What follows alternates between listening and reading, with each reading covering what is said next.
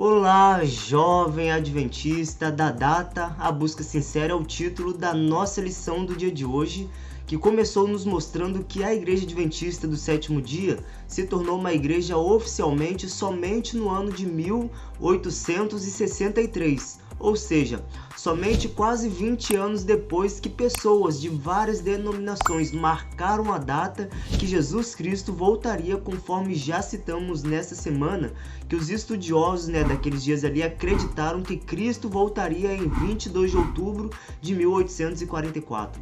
Ou seja, foi pessoas que frequentavam denominações tradicionais como batistas, metodistas e outras que marcaram a data da volta de Jesus. Entre eles estava Guilherme Miller, que foi a pessoa que identificou através dos estudos das Escrituras que Cristo retornaria para purificar a terra, que segundo a crença dele era o santuário que seria purificado, era essa terra. Milhares de pessoas chegaram a acreditar na exposição que ele fazia a respeito deste assunto. Tanto é que as denominações que ele tinha raiz, que era a Igreja Batista e Metodista, aumentaram em muito o número de seus membros, chegando a quase 50 mil membros cada uma delas. Mas, para tristeza e grande desapontamento de todos os que chegaram a acreditar na mensagem de Guilherme Miller, Cristo não voltou na data que ele havia chegado à compreensão e estava anunciando então ali aquelas mensagens ali para todo mundo. Mas, como também já vimos nessa semana, parte destes que ficaram desapontados de que aquilo que eles estavam aguardando não aconteceu, se voltaram para as Escrituras para poderem entender o que estava de errado. Lógico que o erro não estava na palavra de Deus. Com o tempo, depois de mais análise dos textos que faziam referência a este evento profético e também depois de muitas orações, eles compreenderam que o evento da purificação do santuário que eles estavam anunciando não era o que a profecia de Daniel estava dizendo, pois, como sabemos hoje, o santuário a ser purificado era o celeste e não o terrestre. Essa situação me lembra até o caso dos discípulos, que tinham a expectativa de que Cristo seria um líder militar, que libertaria o povo judeu do jugo romano.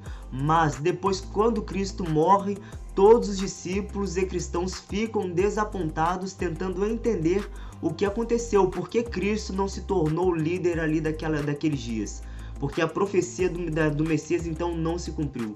Ou seja, esses dois casos são desapontamentos semelhantes, pelo equívoco de interpretação textual e também dos eventos corretos. Assim como os mileritas, no caso dos discípulos ali, os judeus, eles que quiseram entender e acreditar que seria isso que aconteceria, que Cristo viria com poder e grande glória para libertar o povo dele, sendo que a profecia também disse que o Messias, que ele viria como um servo humilde, seria maltratado, pisado e outras coisas, como já comentamos no sacrifício dos pães da proposição neste trimestre. Cristo viria num jumento, conforme uma outra profecia, e foi isso que aconteceu. Num primeiro momento, Cristo veio como sofredor, e num segundo momento ele vai vir com poder e grande glória, assim como a expectativa também dos judeus. Só que a maioria deles estão errados, estão equivocados até o dia de hoje.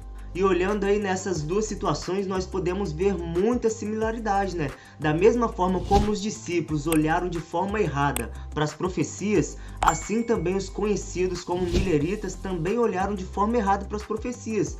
Mas futuramente eles entenderam que o santuário a ser purificado não seria o terrestre, mas sim o santuário celestial, que por sinal que podemos ver indicado nas profecias, começou a ser purificado no ano de 1844. E por fim, a lição destacou que, por incrível que pareça, o santuário celestial que está no céu também precisa ser purificado.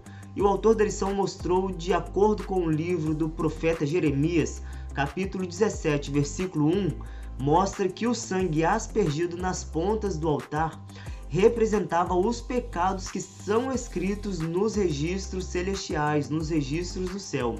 E são esses registros que precisam ser purificados para sempre.